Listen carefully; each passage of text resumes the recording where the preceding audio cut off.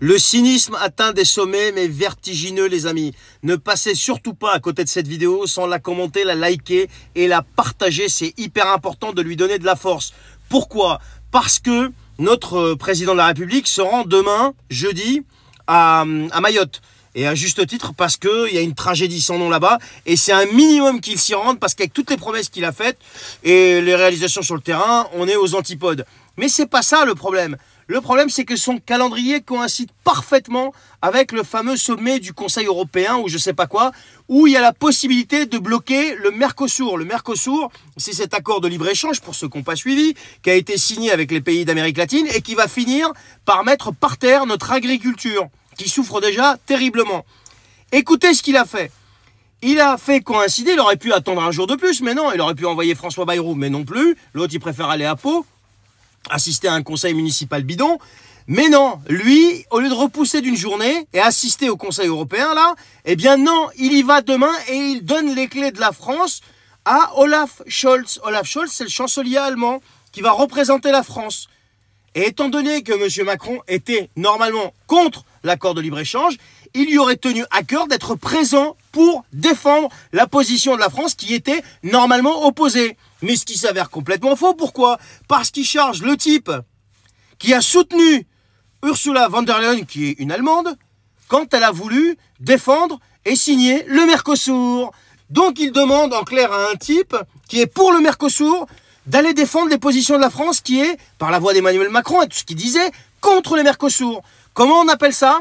À part une grande trahison. Comment on appelle ça? Dites-moi. Dites-le moi en commentaire. Partagez cette vidéo, les amis, que tout le monde sache, que tout le monde le sache qui est en train de se passer demain. C'est notre agriculture. Ce sont les gens qui nous font manger.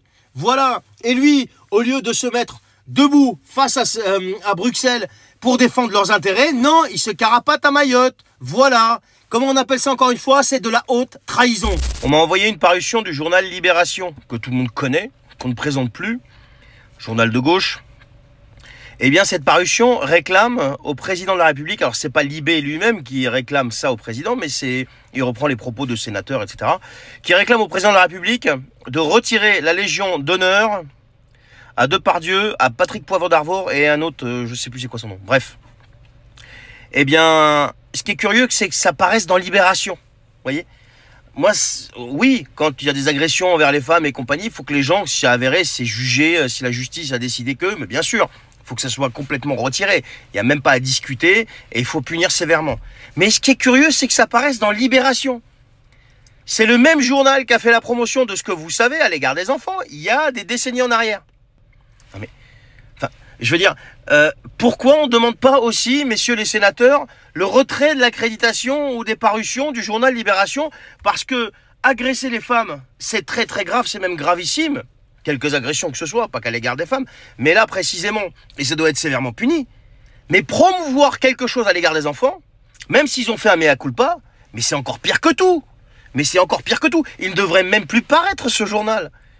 Imaginez seulement un journal de droite, ou un média de droite, qui aurait fait ce qu'a fait Libération. Mais vous avez mis toute la gauche, mais en ordre de bataille, à lui sauter sur la tronche à pieds joints. Je sais pas, vous n'êtes pas d'accord avec moi?